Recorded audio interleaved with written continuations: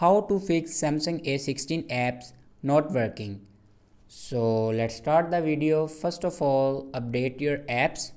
For updating your apps, then open Play Store and then click on account, and here you can see the option manage app and device. Now click on manage app and device, and here you can see the option updates. Now click on it, and first of all update all your apps. After updating all your apps, your problem will be fixed. If it doesn't fix your problem, then go back to your home screen and open settings, and then scroll down and click on device care, and then scroll down and open software update, and here you can check your software updates. If it doesn't update to latest software, then update it to latest software.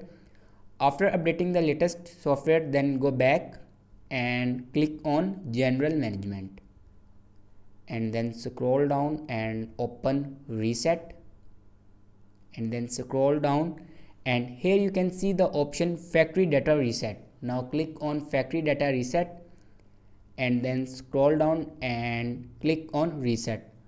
After factory data reset, your problem will be fixed. Thanks for watching this video.